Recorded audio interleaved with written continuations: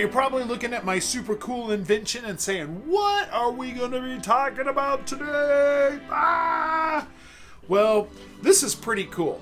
And these are what I'm going to call monuments.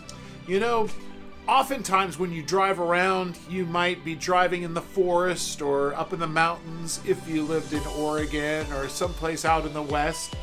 And you would see someone just stack some rocks. And I mean, I've seen some cool stacks up high, and it's pretty amazing the feats that they have done.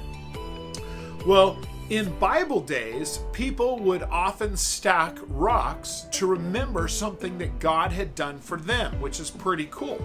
Because let's face it, there are times in life when things are difficult, and there are times in life when things go better. And during the difficult times, you want to look back on the things that go better. And today we're actually going to touch on that in our story, but I thought I would do it myself. So I knew someone who would write on their rock a cool story of God's faithfulness. So what's an example of God's faithfulness? Well, let me give you an example.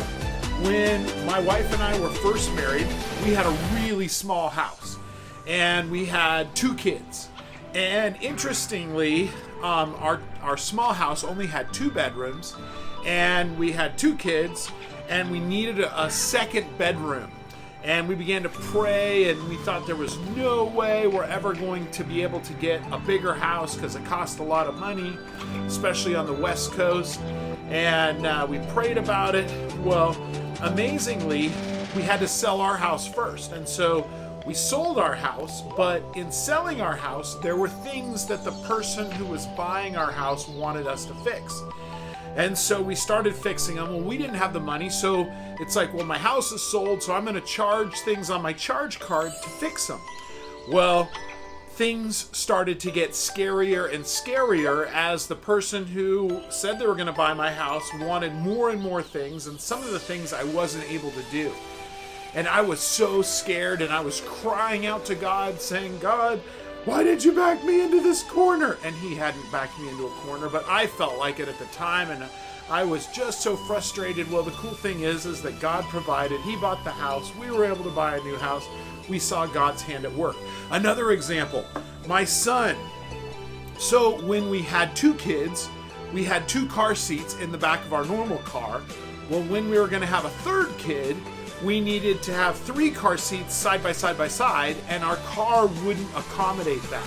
So we began to pray for God to provide us a car. Well, my son was like, well, I want a black van. And I'm like, no, you can't really ask God for that, but okay, we'll pray for a black van, but we just need a van. Well, the amazing thing is, nothing. We go into the hospital to have a baby, nothing. We have the baby, nothing has happened.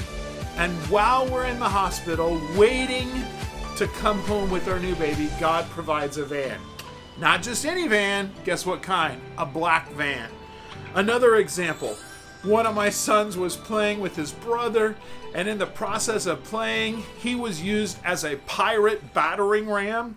So he was thrust against our bathroom door, and in the meantime, our neighbor was inside the bathroom and threw his weight against the door, and so my son's toe went in the door jamb and got cut off. It was terrible.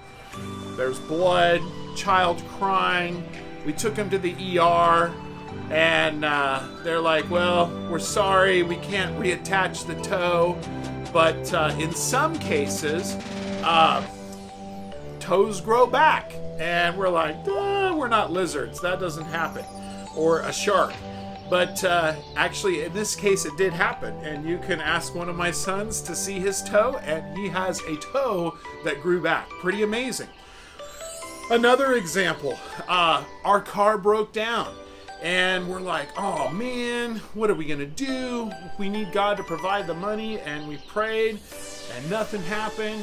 And then all of a sudden, the IRS sent us a check and said, oh, we're sorry, you overpaid. But what's amazing about that is that before, we had been told by the IRS we hadn't paid enough. So for that year, we actually had to send them more money. And then a year later, they're like, oh, you overpaid, here's even extra. God provided again. So the thing is that when you have monuments in your life, you can look back on them and know that God has provided. Where when you go through a time where maybe your car breaks down and God doesn't provide the money, and you're like, what's going on, God? You can look back and say, okay, wait a minute. God took care of me then. He may not take care of me in the way that I think he should, but I know he's got this. Do you trust God? Do you have monuments in your life? So I need for you to sit up straight. I need for you to point your nose right to the front. And I need for you to freeze until your teacher tells you what to do next.